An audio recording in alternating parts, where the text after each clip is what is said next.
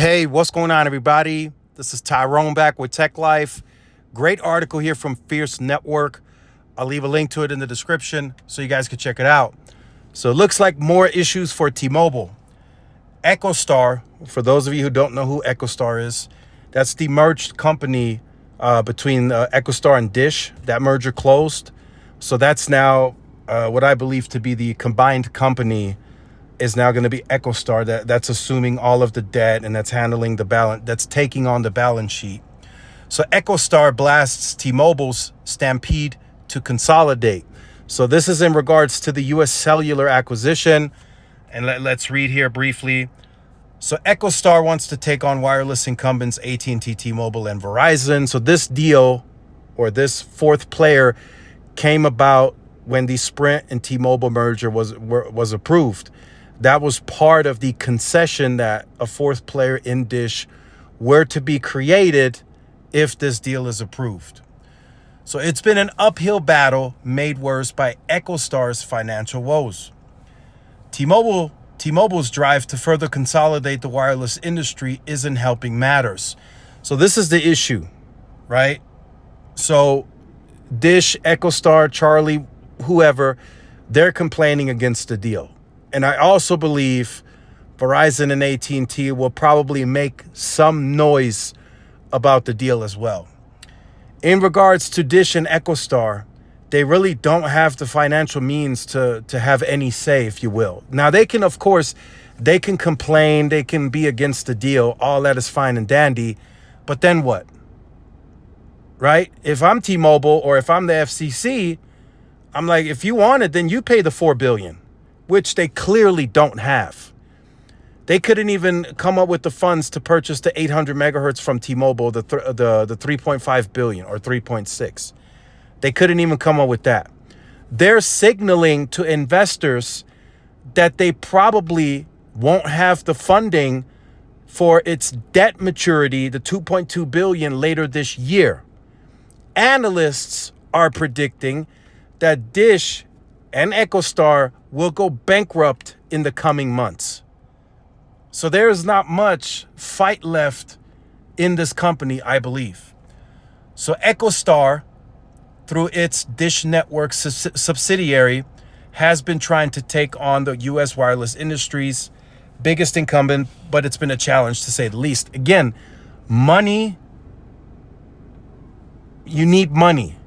That's just, I'm not trying to oversimplify, but you just need the money and the asset, and Echostar and Dish, they just don't have it. That was Sprint's issue for the longest. That was T-Mobile's issue. They just couldn't stack up against the bigger players. It just wasn't possible. They were competitive, Sprint and T-Mobile, in their own right, but they just couldn't scale. There was just no way they could scale. Now, T-Mobile, with the merger of Sprint, now they're able to scale. They're able to broadcast a much larger scaled network with the low band assets that they now have, with more tower sites, more retail. So T-Mobile now has the ability to do that. With the U.S. Cellular merger or acquisition, that would supercharge, as T-Mobile says, and accelerate that even more.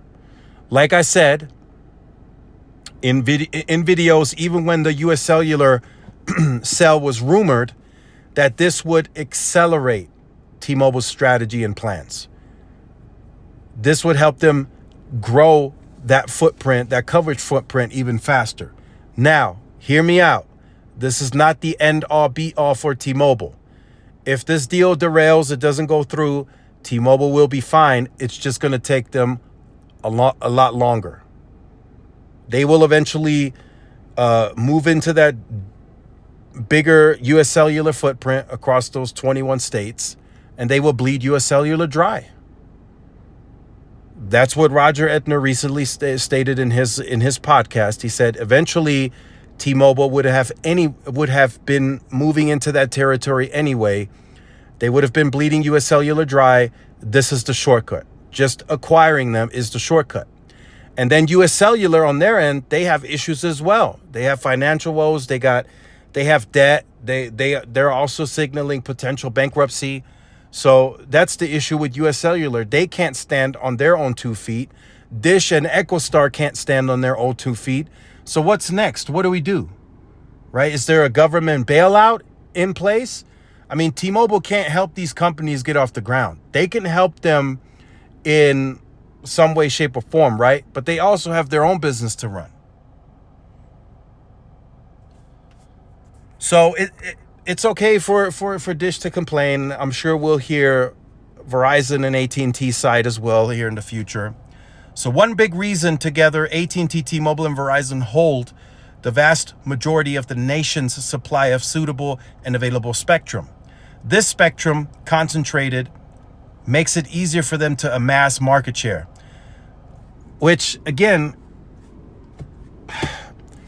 I don't want to sound like the bad guy, but Dish has an empty network. The assets that they have, they can amass market share as well. They just have to have the capital to build out in those areas, which they clearly won't. Even if they got off the ground, say in the urban core, Metro's top 100 markets, say they got off the ground, say they had sustainable growth in that market, they still wouldn't be able to scale in the rural environment. Just take Sprint and even T-Mobile as an example. Sprint had like 35, maybe 40 million customers. And they still couldn't scale in the rural environment. And Sprint's rural share was bigger than T-Mobile's. And they still had like very, very, very low teen percentage share. And they had a boatload of 2.5 spectrum and they couldn't do it. So how is Dish going to accomplish this? It's just crazy to think.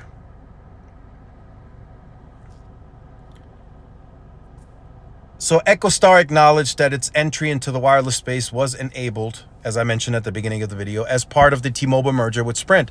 But despite its rapid build-out of the world's first standalone 5G open radio access network, cloud-based network, faces challenges as it continues to take on the incumbents. It's just going to be too tough for them. They're going to have a hard time scaling in the urban core. Then they have to scale out to the suburban core, and then they got to get to rural.